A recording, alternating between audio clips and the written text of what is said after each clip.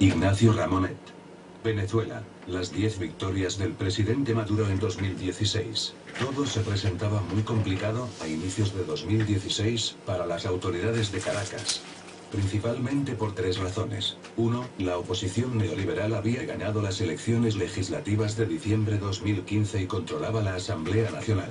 2. Los precios del petróleo, principal recurso de Venezuela, habían caído a su nivel más bajo en los últimos decenios. 3. El presidente estadounidense Barack Obama había firmado una orden ejecutiva en la que declaraba que Venezuela representaba una inusual y extraordinaria amenaza para la seguridad nacional y la política exterior de Estados Unidos y... O sea, en 3 campos decisivos, el político, el económico y el geopolítico, la revolución bolivariana parecía estar a la defensiva. Mientras que la contrarrevolución, tanto interna como externa, pensaba tener, por fin, el poder en Venezuela al alcance de la mano. Y todo esto en un contexto de guerra mediática de larga duración contra Caracas, que comenzó con la llegada al poder de Hugo Chávez en 1999 y se intensificó a partir de abril de 2013. Alcanzando unos niveles inauditos de violencia después de la elección del presidente Nicolás Maduro. Esta atmósfera de agresivo y permanente acoso mediático produce una insidiosa desinformación sobre Venezuela que confunde hasta a muchos amigos de la revolución bolivariana. En particular porque, en esta era de la postverdad, la práctica de la mentira, del fraude intelectual y del engaño descarado no es sancionado por ninguna consecuencia negativa, ni en términos de credibilidad, ni de imagen. Todo vale, todo sirve en esta era del relativismo postfactual, y ni siquiera los hechos o los datos más objetivos son tomados en consideración. Tampoco se acepta el argumento, tan obvio en el caso de Venezuela, del complot, de la conjura, de la conspiración. De antemano, el nuevo discurso mediático dominante denuncia y ridiculiza el pretendido complotismo como un inaceptable argumento de una vieja narrativa que no es de recibo. Todo pues, a principios de 2016, aparecía muy cuesta arriba para el presidente de Venezuela. Hasta el punto de que el achacoso opositor neoliberal Henry Ramos Ayud, pasablemente embriagado por su mayoría parlamentaria, se permitió asegurar, en enero de 2016, en su primer discurso como presidente de la Asamblea Nacional, que en un lapso no mayor a 6 meses sacaría del poder a Nicolás Maduro.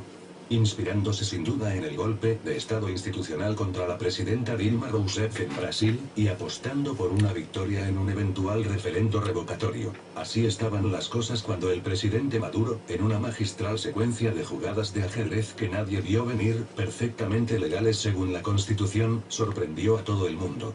Renovó, como era su derecho, a los miembros del Tribunal Supremo de Justicia, TSJ, órgano superior del Poder Judicial, cuya sala constitucional tiene la última palabra en materia de interpretación de la Constitución. Saturada de soberbia, la oposición cometió entonces 2 errores mayúsculos. Decidió ignorar las advertencias del TSJ y sesionar con 3 diputados del estado Amazonas cuya elección, en diciembre de 2015, estaba bajo suspensión cautelar por irregularidades. Ante esa afrenta, el TSJ dictaminó obviamente que la incorporación de los 3 diputados no electos regularmente retiraba toda validez a las decisiones de la Asamblea Nacional. De hecho, el TSJ declaró en desacato, desobediencia, a la Asamblea y determinó que se considerarán nulas todas sus decisiones. De tal modo que, por sus propios errores, la Asamblea no solo no consiguió legislar, ni controlar al gobierno, sino que, como lo reconocen prestigiosos especialistas en derecho constitucional, se anuló a sí misma, dilapidó su poder y se autodisolvió y...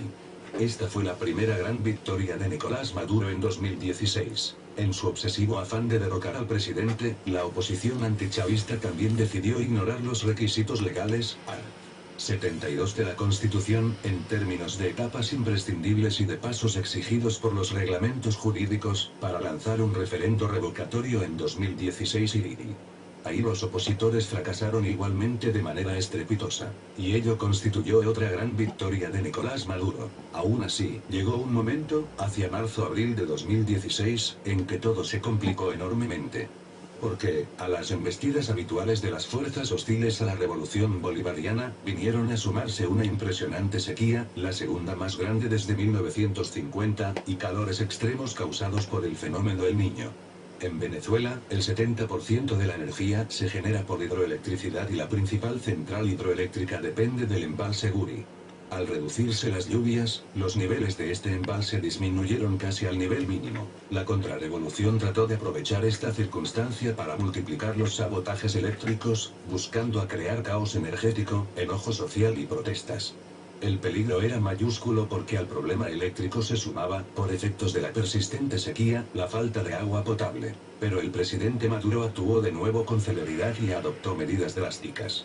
Decidió la sustitución de millones de bombillos incandescentes por ahorradores. Ordenó el reemplazo de los viejos acondicionadores de aire por otros de nueva tecnología ahorradora. Estableció el mediodía laboral en la administración pública. Y decretó un plan especial de ahorro nacional del consumo eléctrico y de agua. Gracias a estas audaces medidas, el presidente consiguió evitar el colapso energético y obtuvo así una de sus más populares victorias del año 2016. Otro de los problemas importantes, quizás el más grave, que tuvo que enfrentar el gobierno, consecuencia en parte de la guerra económica contra la revolución bolivariana, es del abastecimiento alimentario.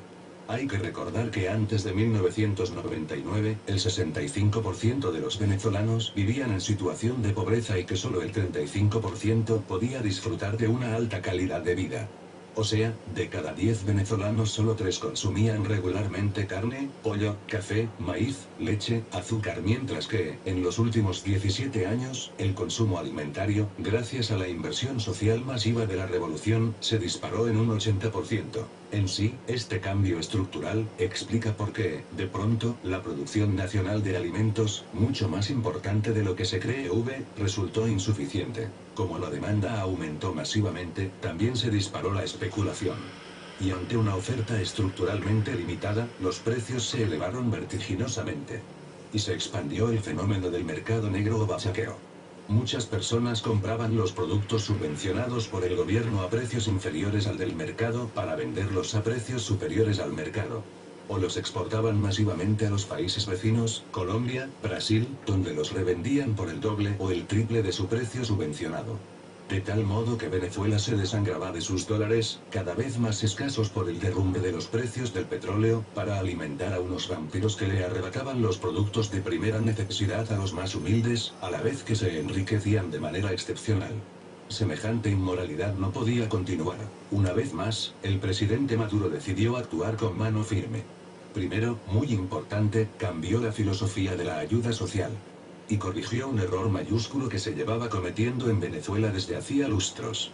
Decidió que el Estado, en vez de subvencionar los productos, debía subvencionar a las personas. Para que solo los pobres, los que realmente lo necesitan, tuvieran acceso a los productos subvencionados por el gobierno.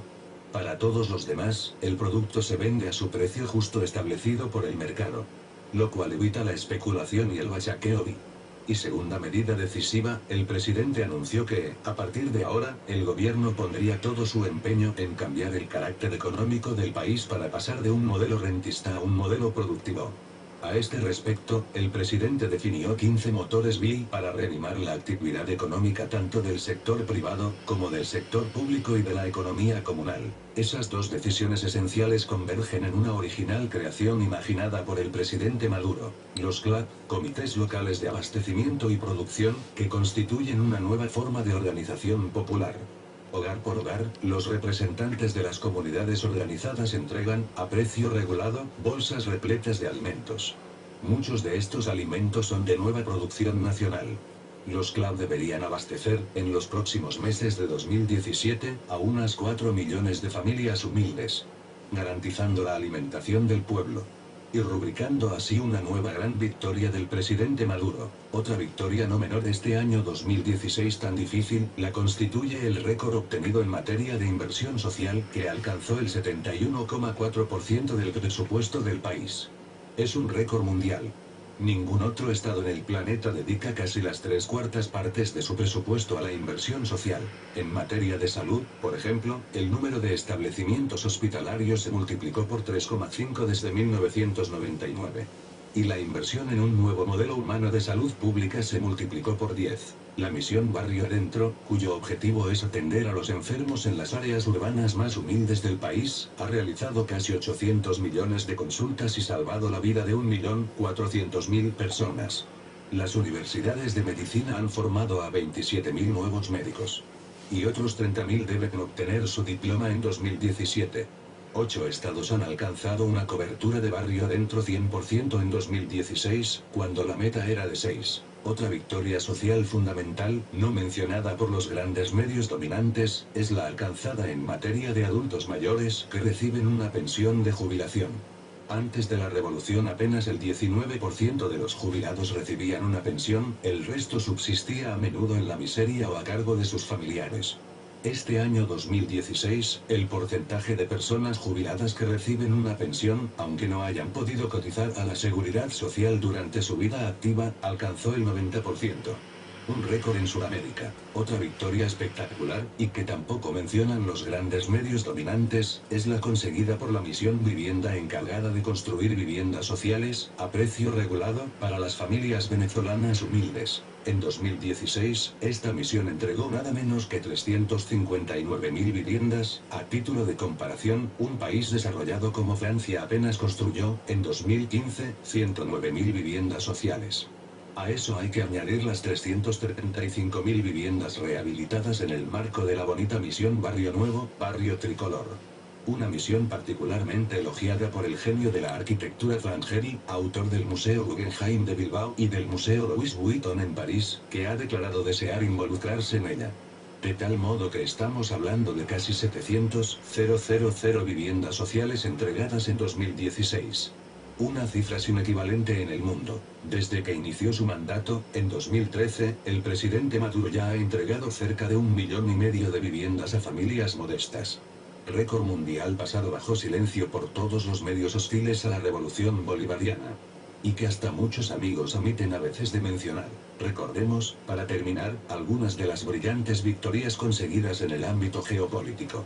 Por ejemplo, haber impedido que la Organización de Estados Americanos, OEA, dominada por Washington, condenase a Caracas como lo pretendía el secretario general de esta organización, Luis Almagro, quien invocaba la Carta Democrática contra Venezuela, o el éxito de la 17 Cumbre del Movimiento de los Países No Alineados, NOAL, realizada en septiembre de 2016 en el Centro de Convenciones Hugo Chávez de la Isla Margarita con la presencia de numerosos jefes de Estado y de Gobierno y de representantes de 120 países que aportaron su solidaridad a Venezuela. En fin, en este campo, la principal victoria del presidente Maduro, que efectuó varias giras internacionales con ese objetivo, fue el logro inaudito de un acuerdo entre países OPEC y no OPEC para la reducción concertada de las exportaciones de petróleo. Este acuerdo histórico, firmado en noviembre de 2016, frenó de inmediato el deterioro de los precios de los hidrocarburos que se desplomaban desde mediados de 2014 cuando sobrepasaban los $100 por barril. Gracias a esta victoria capital, los precios del petróleo, que estaban en $24 en enero, sobrepasaban los $45 a final de diciembre de 2016. Así pues, en el año más duro y más largo, en el que tantos apostaron por su tropiezo, el presidente Nicolás Maduro, sorteando todos los escollos, todas las trampas y todas las dificultades, ha demostrado su talla excepcional de hombre de Estado y de líder indestructible de la revolución bolivariana. Notas. Y léase Ignacio Ramonet, Venezuela candente, Le Monde Diplomatique en español. En de la Constitución de Venezuela señala que el referendo revocatorio puede realizarse una vez cumplida la mitad del período presidencial. En el caso de Nicolás Maduro, este inició el 10 de enero de 2013 y finalizará el 10 de enero de 2019, es decir, que los 3 años se cumplieron el 10 de enero de 2016. La confusión con respecto a cuándo arranca el derecho para convocar el referendo podría partir de que, en abril de 2013, fue necesaria una nueva elección para terminar el período a raíz de la muerte de Hugo Chávez el 5 de marzo de 2013. Pero, de acuerdo al artículo 231 de la Constitución, el actual período inició el 10 de enero de 2013 y no el 19 de abril de ese año. Compárese declaración de Tibisay Lucena, rectora principal del Consejo Nacional Electoral, B, 9 de agosto de 2016.